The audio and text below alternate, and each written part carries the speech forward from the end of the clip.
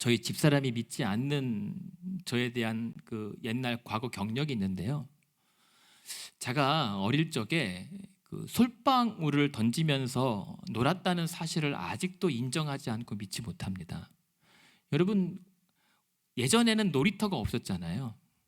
놀이터가 없어서 그냥 묘지가 있는 뒷산이 우리들의 놀이터 아니었겠습니까? 비료푸대를 썰매 삼아서 그냥 미끄러져 가는 게 그게 가장 제일 재밌는 놀이였죠. 그리고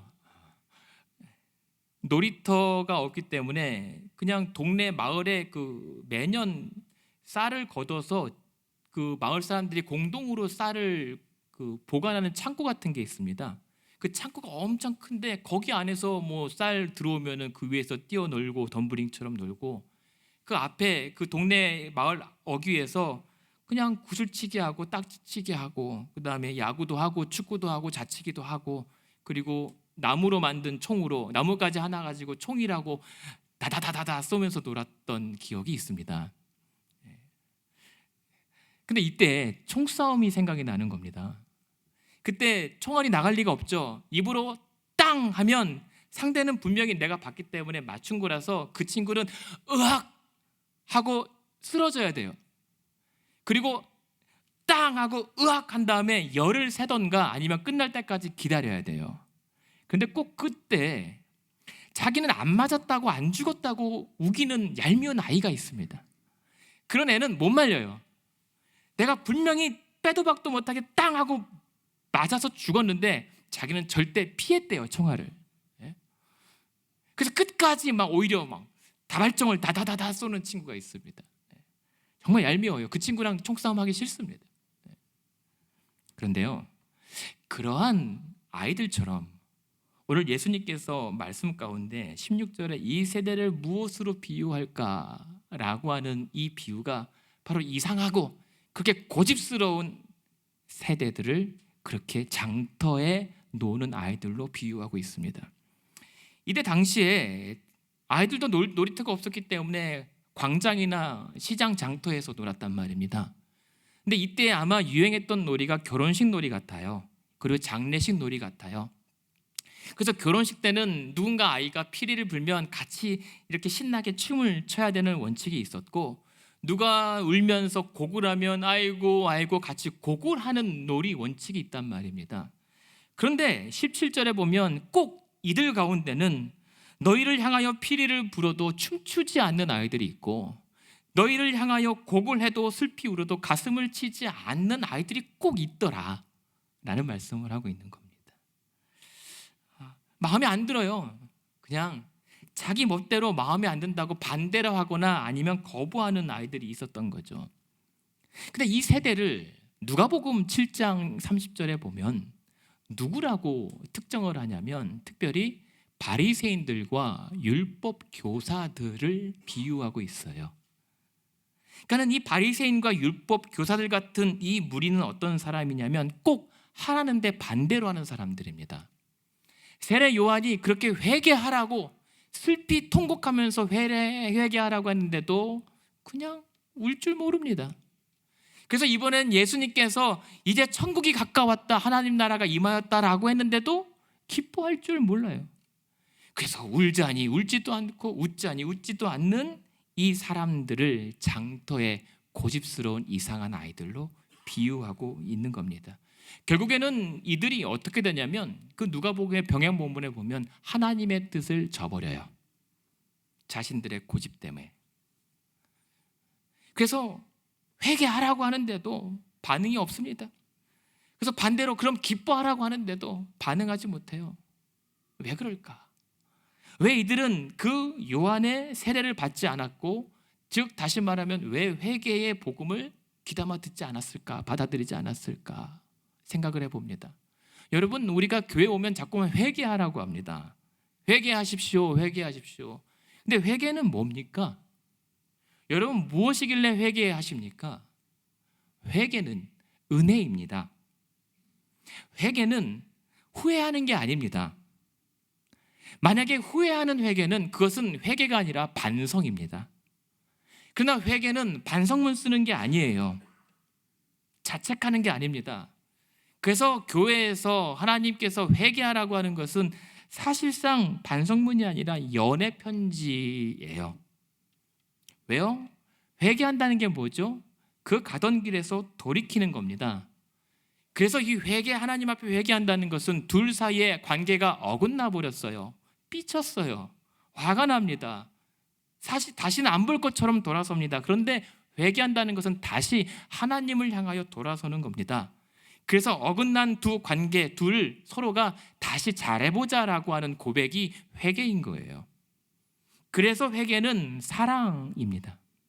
그 사랑이 왜 그러냐면, 내가 정말 그렇게 큰 죄를 지었음에도 불구하고 내 죄를 품어주신다고, 사랑해주신다고, 용서해주신다고, 그러면 그럴수록 내 죄를 깊이 생각하고 묵상할수록 그런 나를 품어주시고 용서해주신 하나님에 대한 사랑이 더 깊어지는 거예요. 우리 하나님의 사랑이 너무 깊다.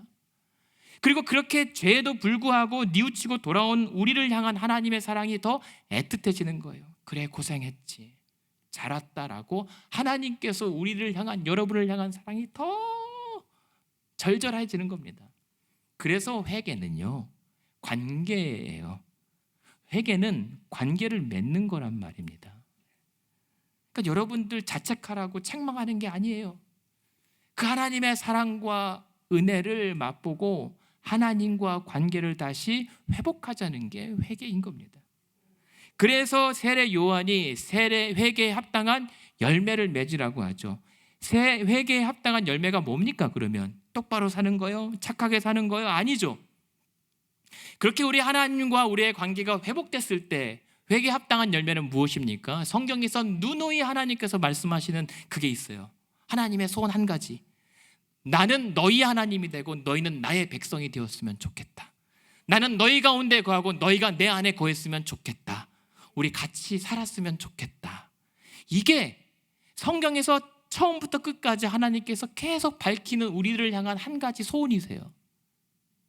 그러니까 회개에 합당한 열매라고 하는 것은 여러분이 회개를 정말 잘했다면, 바로 했다면 하나님과의 관계가 회복되는 거예요. 착하게 사는 거 좋죠. 근데 그건 반성이라니까요. 그래서 지금 세례 요한이 회개하라, 천국이 가까웠다라고 하는 것은 그렇게 하나님께 돌아와서 그 하나님 나라에서 같이 살자, 이 하나님의 애타는 탄식을 듣게 한 거예요. 그럼에도 불구하고 우리는 회개 없이 구원 얻을 거라고 생각해요. 무슨 말입니까? 말로는 회개하는데 하나님께 돌아가지 않고 구원 얻는 것은 불가능한 거예요. 구원이 뭔데요? 구원이 영원히 사는 겁니까? 천만에요. 절반입니다. 그것은. 구원이라고 하는 것은 영원히 살되 하나님과 영원히 동거하는 거예요. 그게 구원이란 말입니다. 근데 하나님 앞에 돌아가지 않고 그냥 영원히 살기만 한다고요? 놀라운 사실 하나 가르쳐 드릴게요. 여러분, 천국에서만 영원히 사는 게 아니라 지옥에서도 영원히 살아요. 네? 회개한다는 것은 그렇게 하나님 앞에 돌아가서 하나님과 영원히 살겠다라고 하는 게 구원이잖아요. 그렇다면 그런 회개함 없이, 하나님께 돌아섬 없이 구원 얻는 것은 모순이고 불가능해요.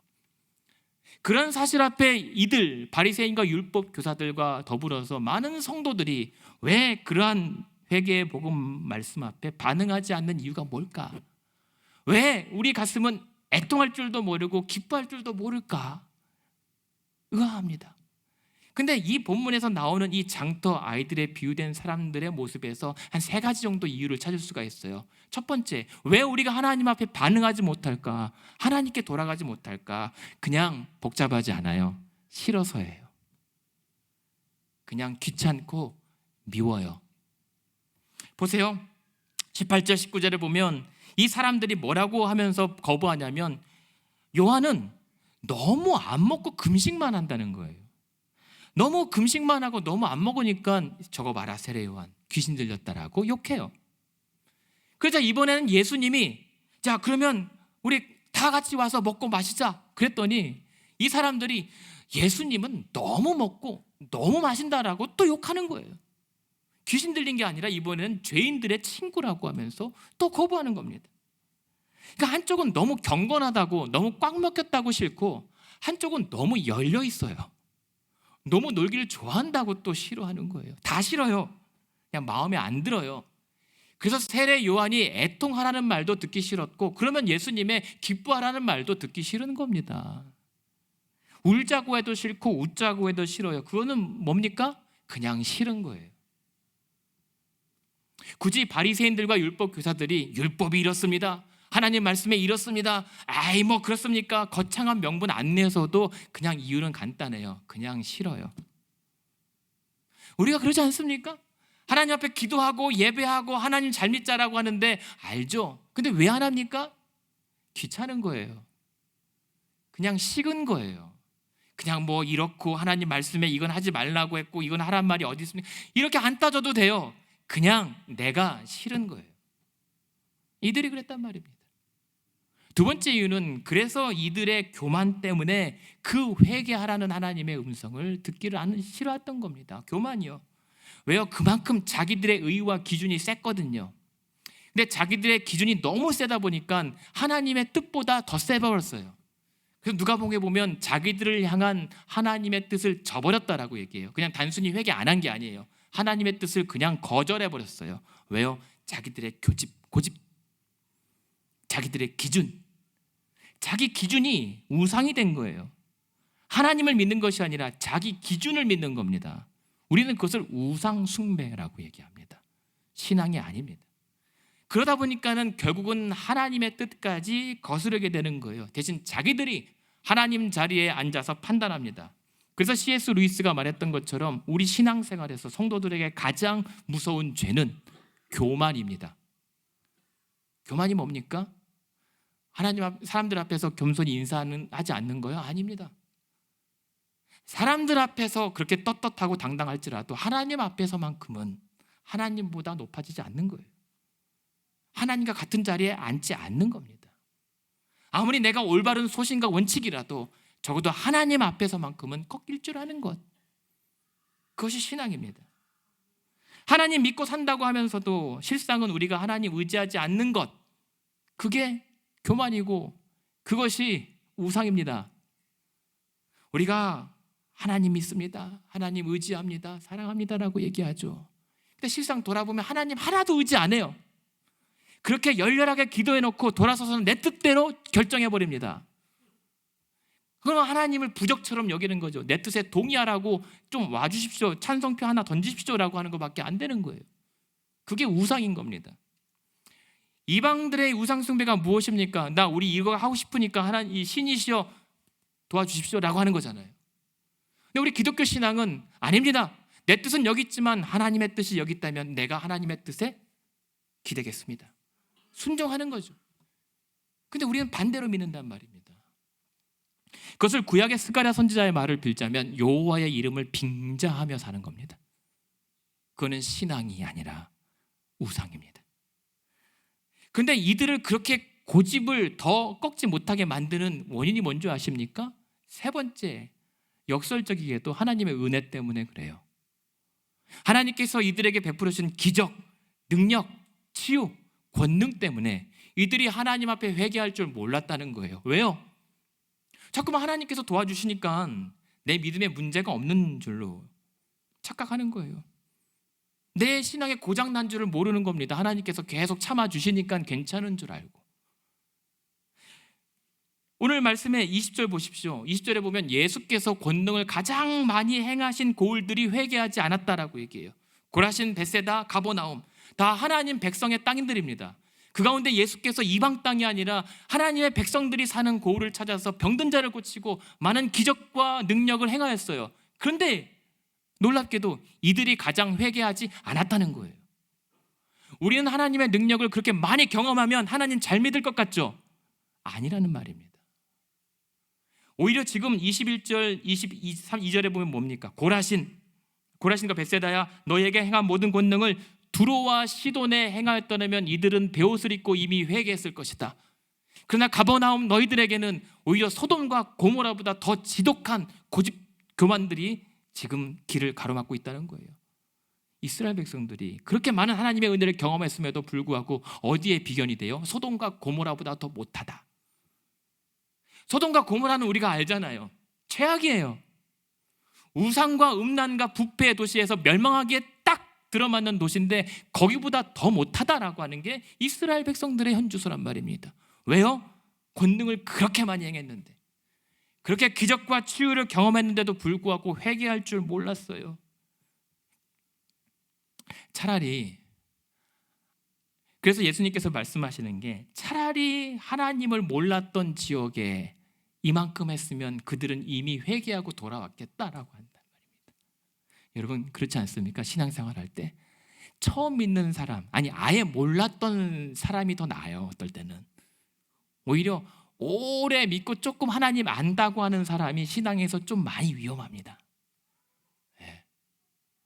우리 주변에서, 그러니까 여러분 이게 오해하지 마시고 우리가 조금 귀담아 들을 게 뭐냐면, 우린 교회를 너무 오래 다녔다니까요. 교회를 너무 오래 다닌 나머지 너무 익숙해져서 너무 무감하게 다녀요. 그러다 보니 하나님의 말씀해도 안 들려요. 왜냐면 다 아는 거거든요. 은혜, 기적은 당연히 우리한테 베풀어 주셔야죠. 근데 그 하나님의 은혜는 당연한 거예요. 새롭지 않아요. 그래서 처음 교회 들어온 사람들은 아주 경건하고 두렵고 떨림으로 들어오는데, 저 같은 목사는요, 아예 그냥 짝발로 서 있어도 괜찮습니다. 예. 교회 다 이런 거라고 다 너무 잘 알아요. 근데 너무 잘 안 것과 하나님의 은혜에 익숙해진 것과는 전혀 다른 거죠. 그래서 이들이 기대했던 것은, 이들이 꿈꿨던 하나님 나라는 하나님 없는 자신들만의 천국을 세우려고 했던 겁니다. 그래서 이 바리새인과 율법, 이 교사들이 원했던 것은 하나님이 아니라 하나님의 기적, 치유, 하나님의 무엇, 그것을 원했던 거예요. 그렇기 때문에 하나님께 돌아오라고 하는데 자꾸만 하나님 뭐 해주면 뭐 줄래요? 하나님 내가 금식 며칠 더 할까요? 그럼 뭐 줄래요? 이런단 말이에요. 우리 신앙이 그렇게 거래식으로 기독교 신앙이 변질돼요. 혹시 그러지 않습니까? 하나님 내가 이번 주에 금식 7일 할게요. 하나님 내가 예배 1년 동안 안 빠질게요. 그러면 하나님 복 주세요. 이게요, 틀린 건 아니에요. 그렇게 하나님 앞에 바로 신앙생활 한다는 것은 복받는 기회 통로예요. 그러나 그것이 조건이 되는 순간 이건 달라지는 거예요. 우린 하나님과 자체로 거래할 수 있는 자격이 안 됩니다. 하나님께서 주시면 감사하고 안 주셔도 감사하는 거, 그게 우리의 고작이란 말이에요.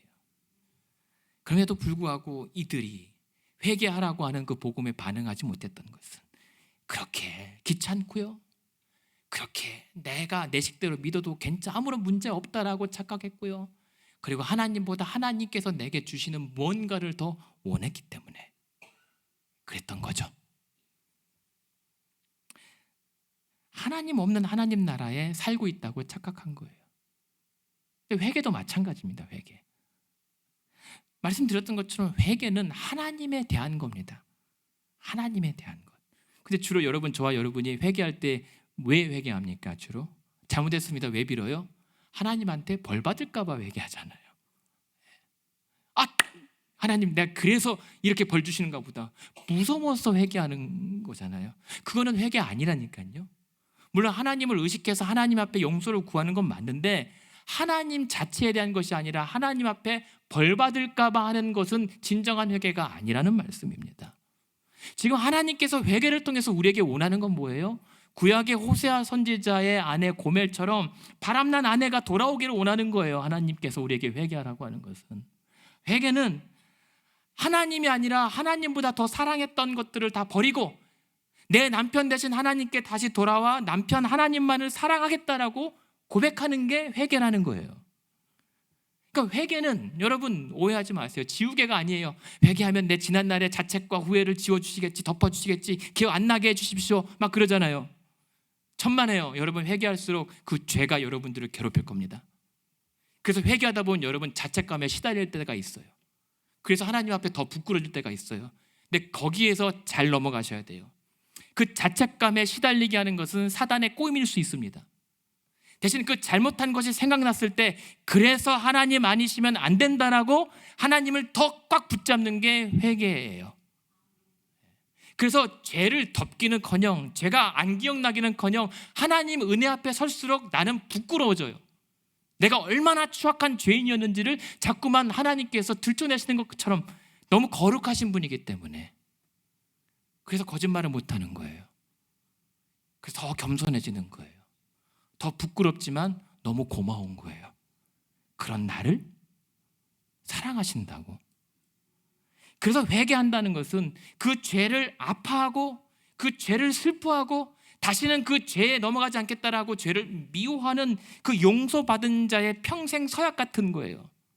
잘못했습니다가 아니라 다시는 내가 그 길로 빠지지 않고 싶다. 나는 오직 하나님만을 붙잡고 살고 싶다. 그리고 그때마다 속는 셈 치고 용서해 주시는 하나님의 선하심을 맛보는 거, 그게 회개예요. 여러분 평생 회개하면서 살잖아요. 그때마다 용서 안 해주시던가요? 다 용서해 주셨어요. 하나님께는 용서하지 못할 죄가 없기 때문입니다. 그래서 그 하나님의 용서하시는 그 선하심을 맛보는 게 신앙생활인 거예요. 여러분 기독교 신앙은 기뻐하는 겁니다.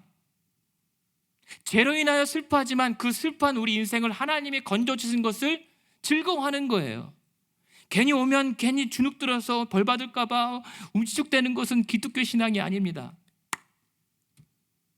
그런 나임에도 불구하고 있는 이대로 오늘 여러분을 사랑해 준다는 사실로 감사할 수 있는 것.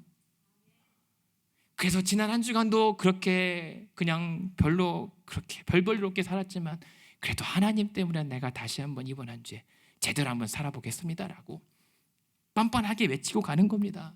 하나님 또 한번 살아볼게요. 왜요? 다 아시고 우리를 택하신 거거든요.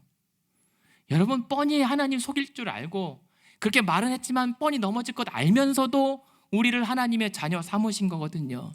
저는 저희 자식들이 다시는 안 그럴게요 라고 하는 말 안 믿습니다. 그런 것처럼 하나님도 여러분들, 표현이 이상하지만 안 믿습니다. 대신 사랑합니다. 그렇게 되기를 바라는 심경으로 기다리십니다. 그래서 회개는 그 하나님의 그 선하심 안에서 자유, 사랑, 기쁨을 누리는 거예요. 그래서 회개는 은혜입니다. 회개는 기쁨이에요. 회개의 즐거움을 누려보십시오. 경험하십시오. 회개는 그래서 하나님 다시는 안 그럴게 하고 자숙하고 반성하는 거, 그래서 내가 윤리 도덕적으로 착하게 사는 거 아니에요. 그건 당연히 일어나는 변화입니다. 하지만 회개는 그냥 결과로 끝나는 것이 아니라 하나님께 돌아왔잖아요. 그럼 돌아온 이후에 하나님의 삶은 어떻게 돼요? 하나님 꽉 붙잡고 사는 내 존재에 그냥 변화가, 근원적인 변화가 일어나는 거예요. 삶의 형태가 달라지는 거예요. 나 혼자 멋대로 살았던 것이 하나님 꽉 붙잡고 달라붙어서 사는 존재의 변화가 일어나는 것이 회개의 결과인 겁니다.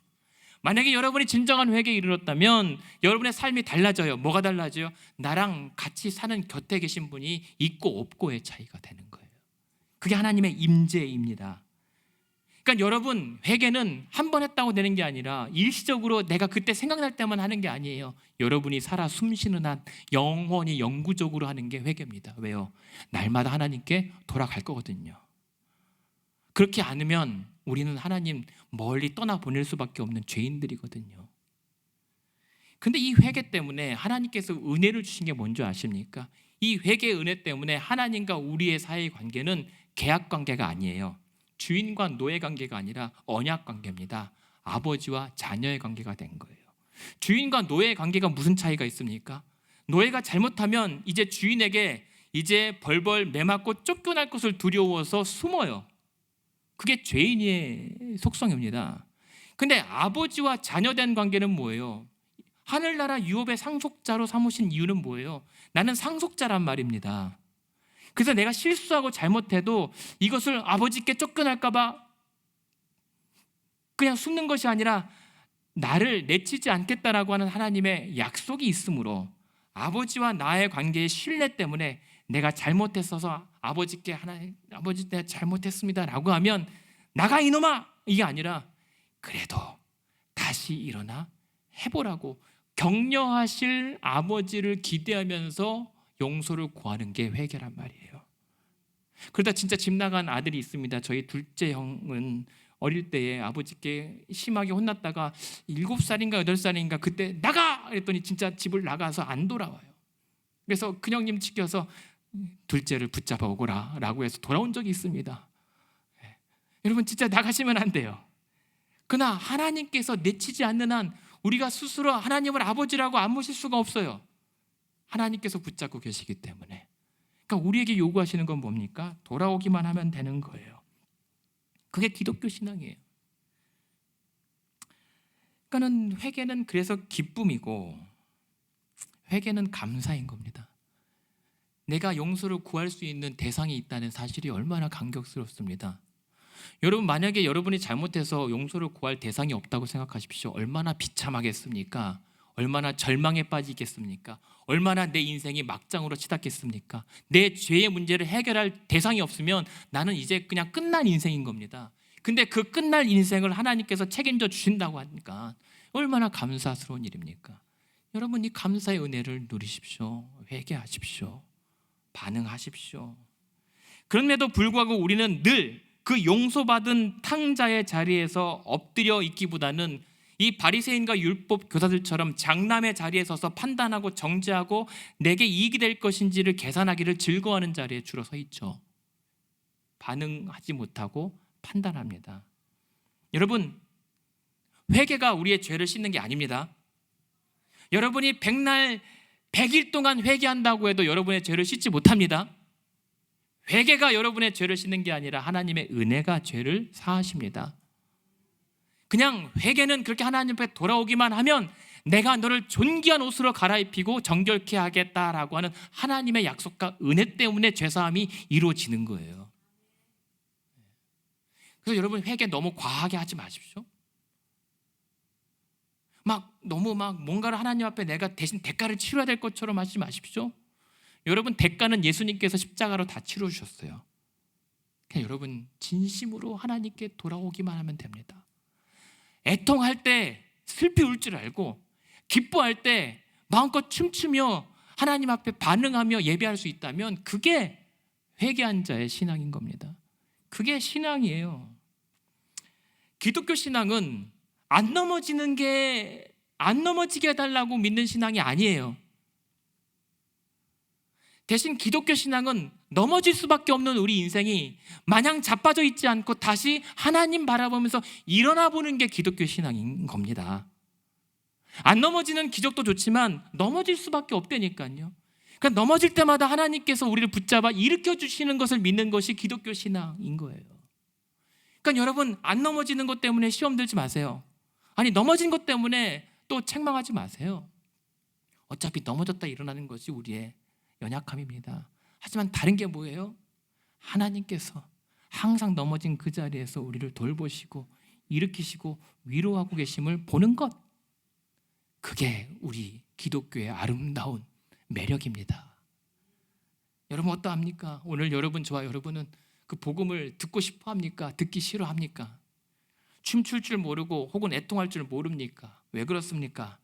은혜에 익숙해져서 그래요. 여러분 날마다 하나님 말씀 앞에 새롭게 처음 보는 말씀처럼 대하는 것이 필요합니다. 매주 드려지는 이 예배 가운데 하나님의 신선하고 새롭고 우리를 새롭게 하고 유쾌하게 하시는 은혜를 사모해야 합니다. 오늘이 마지막인 것처럼 예배할 줄 알아야 합니다. 그래서 이 지난 한 주간도 하나님 잘 살다 왔어요. 이거 안 돼요. 회개해야 됩니다. 하나님 의지하지 않고도 내 멀쩡히 살아왔네요. 큰일 날 뻔했습니다. 하나님. 내가 하나님 믿는다고 했는데 일주일 내내 기도 안 하고 하나님 의식하지도 않고 멀쩡히 살아서 걸어 들어왔네요. 하나님, 아이고 큰일 날 뻔했네요 라고 놀라셔야 돼요. 여러분 우리가 하나님 의지하지 않아도 괜찮다고 믿는 신앙이 교만입니다. 근데 우리는 언제 하나님 찾습니까? 내가 죽을 만큼 힘들 때 하나님 찾습니다. 내가 정말 죽을 것처럼 아플 때 하나님 찾습니다. 그래서 하나님의 기적과 치유를 구하기 위해서 하나님을 찾습니다. 혹시 하나님 내가 잘못한 게 있으면 용서해 주시옵소서. 그것은 이 바리새인들처럼 하나님이 아니라 하나님의 그 무엇 때문에 하나님을 믿는 거예요. 안 믿는 것보단 나을 수도 있겠죠. 하지만 예수님께서 만약 그런 우리를 보신다면 오늘 우리를 무엇에 비유하실까요? 이때는 장터 아이들이라면 생각해 봤습니다. 예수님이 우리를 지금 뭐라고 비유하실까? 오은영 박사의 금쪽 같은 내 새끼. 금쪽이라고 생각이 됐어요. 그냥 고집 세고 그냥 반응할 줄 모르고 공감 능력 떨어지고 자기 하고 싶은 대로 막 떼쓰는 금쪽이 오늘 이 세대를 무엇에 비유할까? 오은영 박사의 금쪽 같은 내 새끼. 버릴 수가 없어요. 내칠 수가 없습니다. 혼내도 아무런 무슨 의미인지 도통 알아먹을 길이 없습니다. 여러분, 정말 그 하나님의 세밀한 음성에 반응할 수 있는 믿음을 회복시켜 주시기 원합니다. 그래서 회개의 기쁨이 우리 안에서 샘솟듯 일어나기를 원합니다. 한 사모님의 간증을 하고 마무리를 맺죠. 예전에 한번 어떤 앞을 보지 못하는 맹인 사모님의 간증을 들은 적이 있어요. 아마 보신 분도 계시겠지만 이 사모님은 어릴 적부터 맹인으로 태어나서 아버지가 그 앞을 못 보는 딸 때문에 매일 술 마시고 들어오면 자기를 때린대요. 어떤 날은 앞을 보지 못한 자기 눈을 팍 발로 쳐버렸대요. 그만큼 어릴 때부터 자기 때문에 엄마 아빠가 불행해졌다라고 생각하면서 살아요. 그래서 자기가 할 수 있는 것은 나 때문에 주변이 불행해지지 않도록 애쓰는 거예요. 근데 그게 신앙에도 영향을 미쳐요. 내가 예수님을 믿지만 내가 잘못하면 하나님이 날 미워해서 나를 지옥에 보낼지도 몰라. 내가 말씀을 많이 안 읽고 기도 이만큼 해야 되는데 그 기도의 양을 채우지 않으면 나를 지옥 보낼지도 몰라. 천국에 안 들어보낼지도 몰라. 그렇게 신앙생활을 했어요. 그래서 하나님을 믿긴 믿는데 믿어서 믿는 게 아니라 믿어야 했기 때문에 믿은 거예요. 왜요? 그래야 주변이 안 불행해지니까.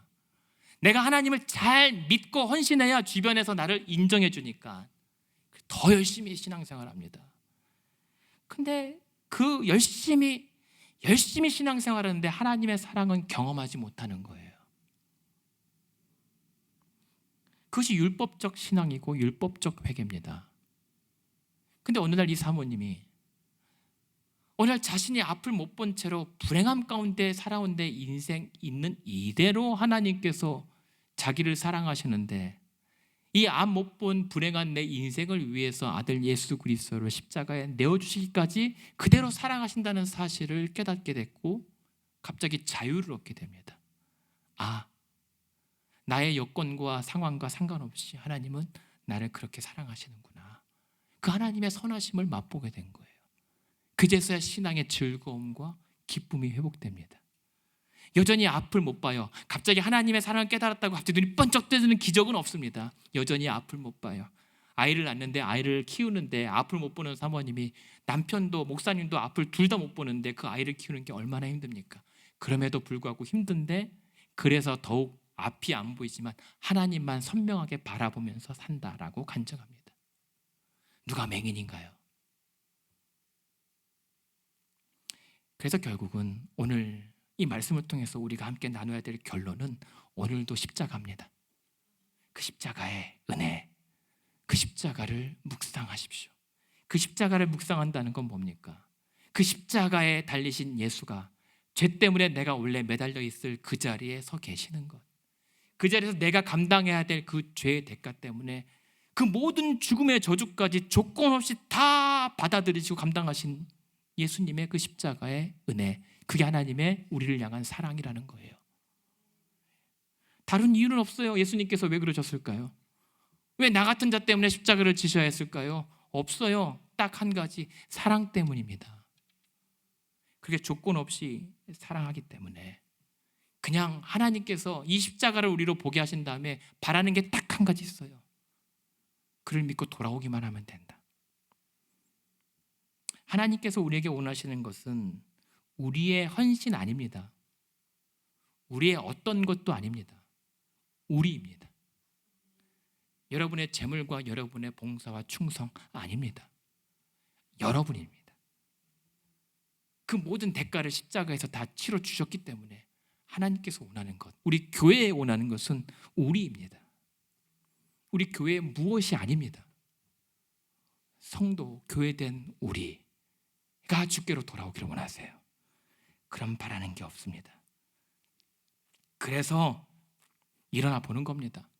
넘어져 있어도 다시 일어나 견뎌보는 겁니다. 서서 하나님을 향해서 기어서라도 가보는 겁니다. 아니 못 가겠으면 그냥 하나님에 대해서 그냥 향하여 서 있으면 내가 이루겠다라고 하나님께서 이루시는 것이 구원이고 기독교 신앙이고 복음입니다. 복음이 왜 복음입니까?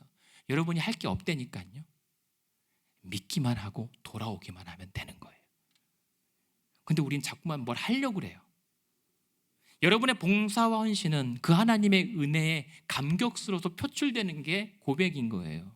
그것이 예배고 봉사여 헌신입니다.